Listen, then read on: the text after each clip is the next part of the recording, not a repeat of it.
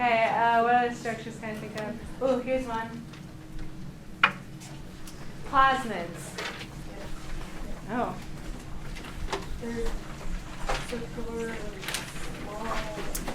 Let's compare two things real fast. Let's compare the bacterial chromosome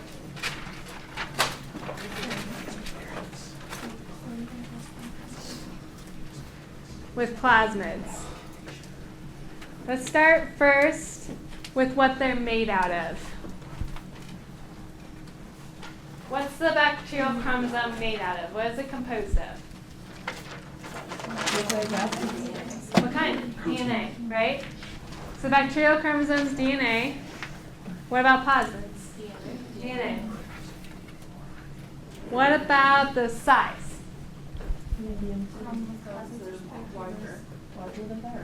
So the plasmids are small. Bacterial chromosome is very large. So they're okay? What about the number? How many plasmids or bacterial chromosomes do we have? One. We have one. What about plasmids? Yeah, do I have to have any in the first place? No. But if I do have some, how many can I have? I have hundreds.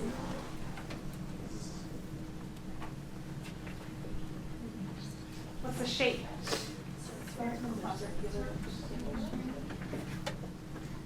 They're double strand. Don't worry about that so much. These are both circular, right?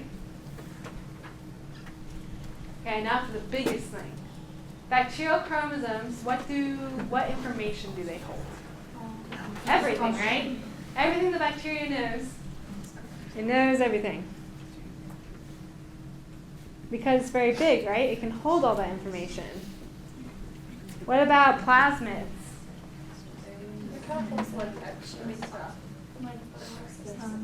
They can know two things. And I don't say to strictly memorize much stuff for his test, but these two things I want you to strictly memorize. They're two things. Antibiotic resistance and toxin production.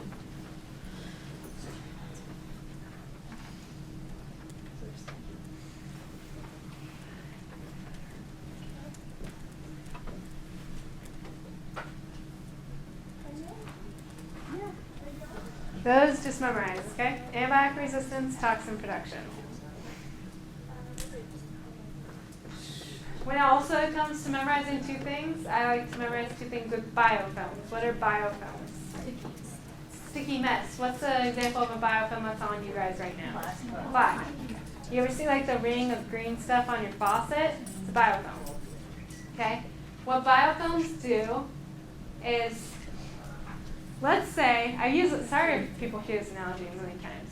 Let's say it's you in an open field, it's you against an entire army. What's going to happen to you? You're going to die. Okay? Now, what if you could wish for one thing? More people, right? So if it's you against a whole army, if you had a whole army too, you not only can possibly win, but the chances of you dying are a lot lower, right? So bacteria feel the same way. They're in this body where they have the whole immune system that's been evolving for years and years and years, and it just wants to kill you, okay? So what a biofilm will do, well, what a bacteria can do, is they'll secrete this sticky, honey-like stuff. And imagine I get a piece of tape and I put it sticky side up on the table and leave it for a week. I come back, what does it look like? Nasty hair, dust, pollen all over it.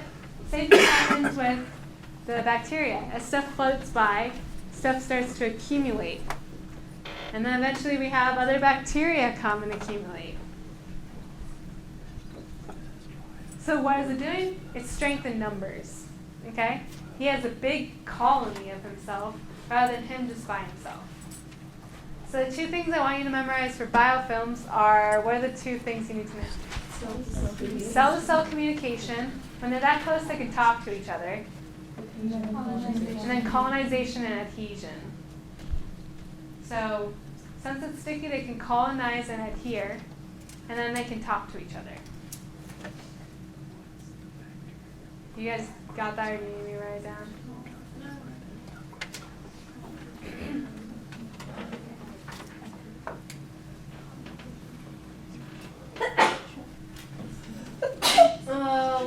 structures. Do you guys feel good on the cell wall? That's a pretty big deal.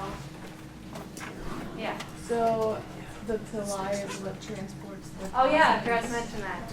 So if there is a bacteria that has a plasmid, let's say that holds the information for antibiotic resistance, and another bacteria comes along, he's like, oh, this antibiotic killed all my friends, and I don't know how to survive it. It might kill me next.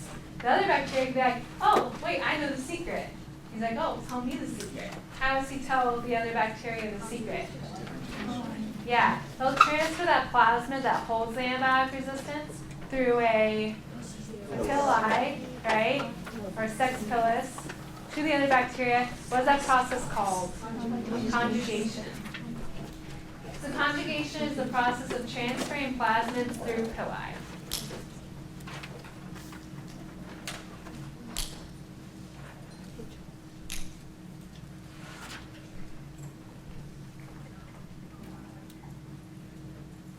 What else is there? I had a question about the gram-negative, like the cell wall structure. As far as the peptidoglycan goes, like we know that there's only one layer in gram-negative and there's 30 in gram-positive. So for the one layer in the gram-negative, does it have any of the tetrapeptide interbridges because it's only one layer? It does. And they have more two chain sugars, or is it like two protein sugars connected with the connected. It is. Yeah. Okay. So it does have a little bit of mesh work, just not as thick. Okay. Yeah. So let's go over that real fast. Peptidoglycan is made out of sugars and proteins. How many different kinds of sugars? Two. What are their names? G and M. So I would say two repeating sugars, G and M, that are connected by proteins, but I want you to know tetrapeptide interbridges. So if you break it apart, it's not that bad. So you have the G and M sugars, right? G and M.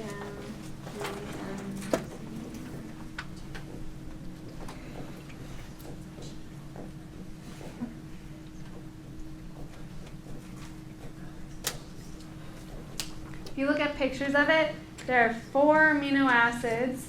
So that's where the tetra comes from. Right? So tetra. Then what is it made out of? Protein. So tetrapeptide. Inside or outside? Inside. So inter.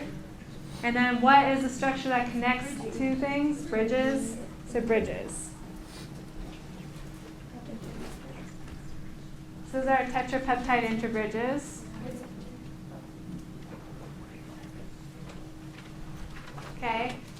Gram-negative, it's peptidoglycan. This is a layer. How many? You don't need to know this, but like how big is the peptidoglycan in gram-negative? Small, thin. If you want to be fancy, it has 1 layer. Okay. Gram-positive, what about its peptidoglycan? Thin. If you want to be fancy, 30 layers. Okay. What is that really important for? Gram stain. What's the step that has to do with the size of the peptidoglycan? Alcohol. The alcohol. What makes a difference? Bigger complex. Bigger peptidoglycan. Yeah, think if I have 2 sponges. I have a gram-positive sponge, so it's a really thick sponge. I have a gram-negative sponge, a really thin sponge. They both have crystal violet in them right now. If I hold them out of the sink, both for 10 seconds, what are they going to look like after? My gram-positive, which one's going to have more dye? So it's a thicker sponge, it has more dye, right? So that's the whole reason why they change colors. Because 10 seconds, within the 10 seconds that you rinse them, gram-positive, since it is so much thicker, it only removes some of the crystal violet. Gram-negative, since it's thin, after 10 seconds, all the crystal violet's gone. Now, if I rinse gram-positive for a minute, I'm sure all the crystal violet would be gone. So that's why I do 10 seconds, because it's just enough time to get rid of all the crystal violet in gram-negative, but not enough time to get rid of it all in gram-positive. Okay? So after the decolorization step, what colors are they? Purple and translucent. Okay, now if I were to finish drawing this picture for gram-negative, what else would I have to include? Outer membrane and inner membrane. What about gram-positive? How would I finish it?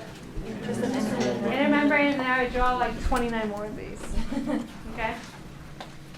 Now, yeah. Sorry, just real quick. Just to make sure I understand terminology correctly, when you say rinse, that means you're using the alcohol to strip away the membranes and pull the dye out of the peptidoglycan in the gram-negative. Perfect. And And yes, it will remove some of gram-positive, but not a substantial amount.